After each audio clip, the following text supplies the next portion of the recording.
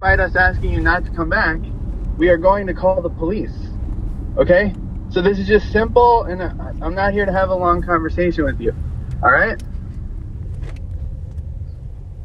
Okay. Well, that each person's disrupting No, listen. idea is different. Get goofy with me. I'm not getting goofy. We're not. Hey, brother. Be live. I think what he's saying. I yogis. think what he's saying is he doesn't have time to describe what he means by disruptive, and that's all right. We all have different It's schedules. when you're making noises and people are turning their head to look at you because you're behaving in a way that is completely out of step with the rest of the class. You're making noises. You're vocalizing. You're rolling around. People are looking at you. They cannot practice their own practice peacefully and quietly because you are drawing attention to yourself. I'm so and glad. This has happened many times. I'm so glad you brought this to our attention because no other teacher has said anything to us. So the communication. Guess what? You're being gap. disruptive to me right now by forcing me to have this conversation with you. Okay? Like, we just don't need to discuss anything. Do not be disruptive at our studio.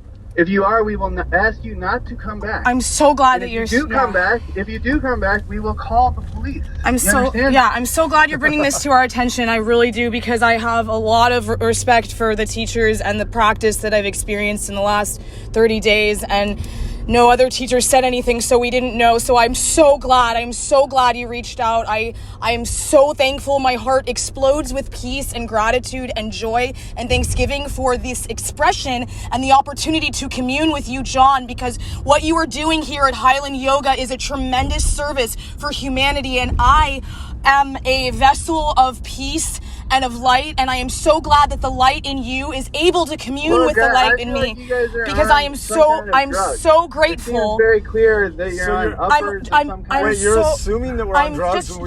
Please be like. Your behavior is wildly out of step with normal, please, rational and you're behavior. totally correct. You are totally correct. We're yes, not on drugs. please, you are totally correct that there is. Well, you're behaving erratically. Just listen. and Can we somewhat irrationally. acknowledge, John? I don't need to listen to you. You guys need to draw everyone's attention. I have no business with you. Just stop being disruptive in my yoga studio. I wanted to acknowledge you Bye. and thank you for your communion.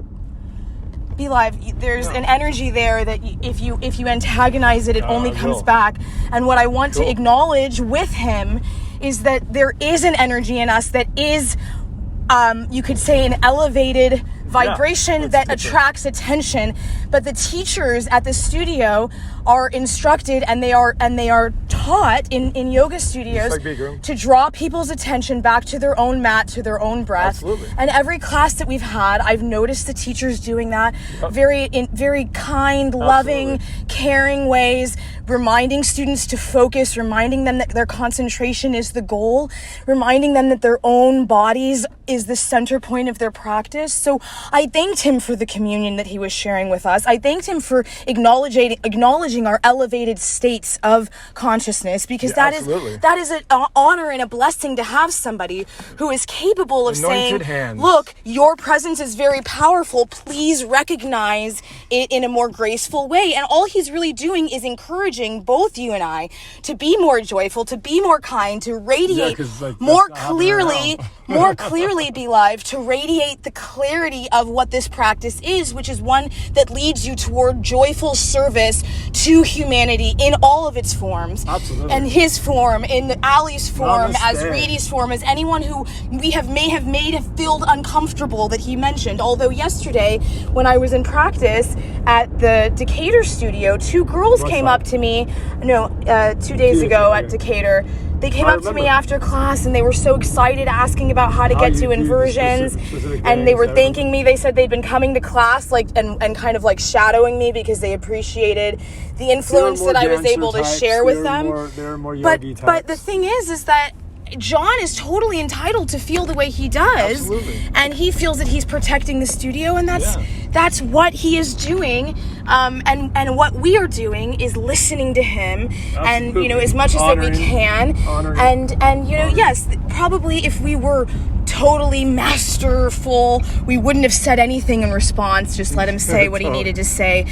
But there's a part of us that still wanted to bless him and commune and wanted to honor him for reaching out and truly wanted to express these states of being that are the yoking of body, mind, and spirit. So when I start talking like this, there's an energy of this that sounds a little bit like an elevated state. Yeah, and it also sounds passive aggressive to some people. But if you were leading, or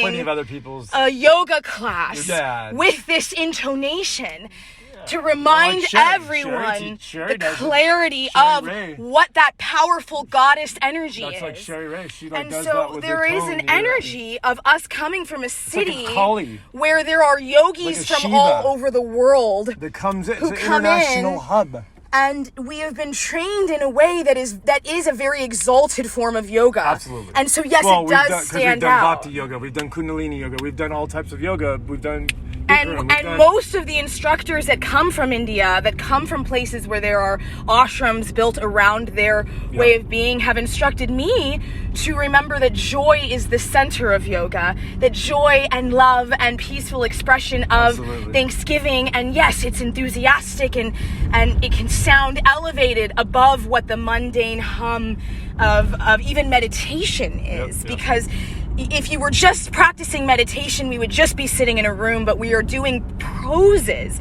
that indicate states of exalted being. Warrior 2, Warrior 1, these are the warrior victorious.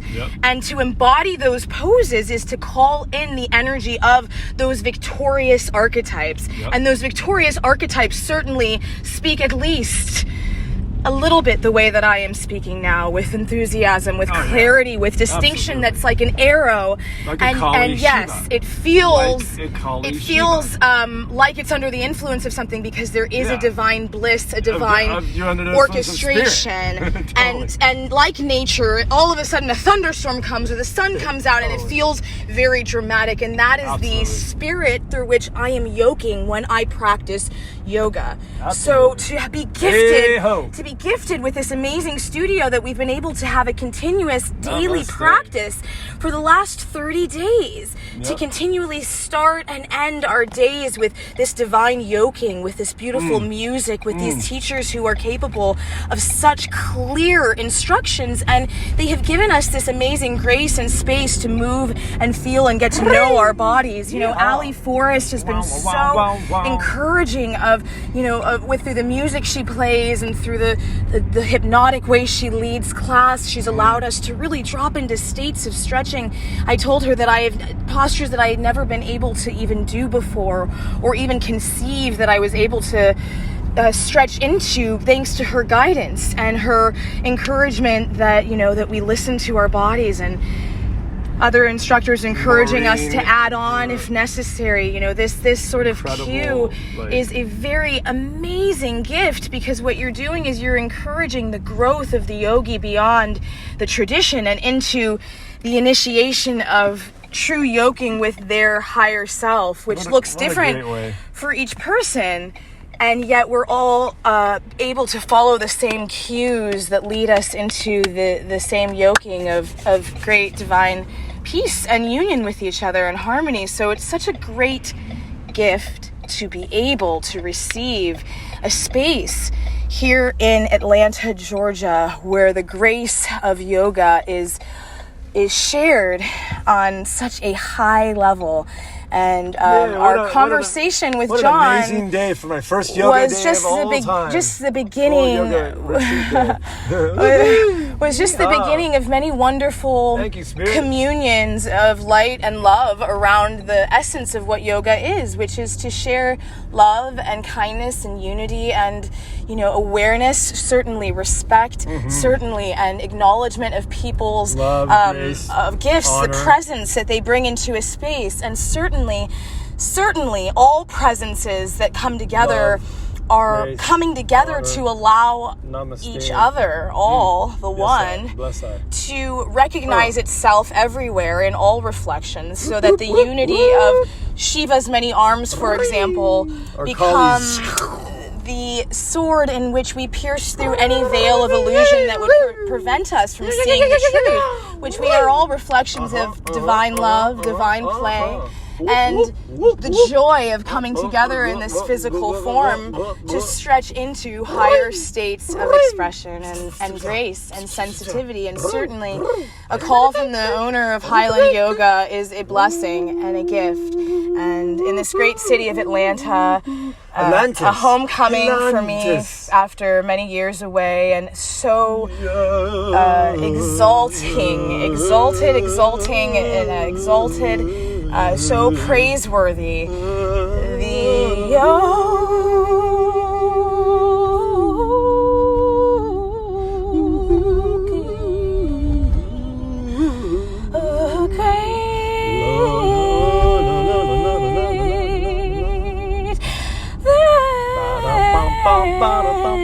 As we approach the next Buckhead yoga class.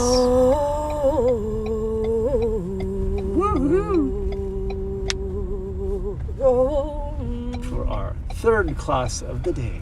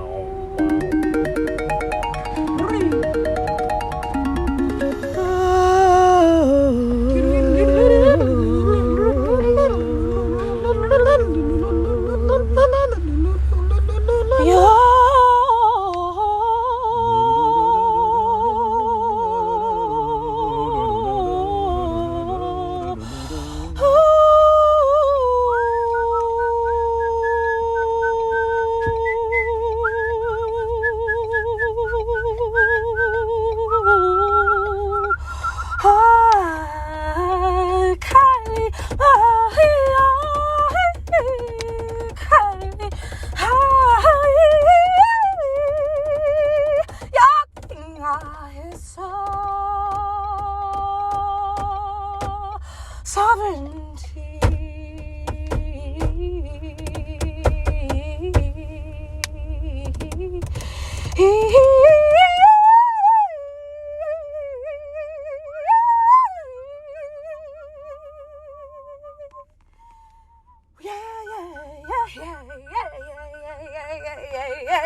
Yeah.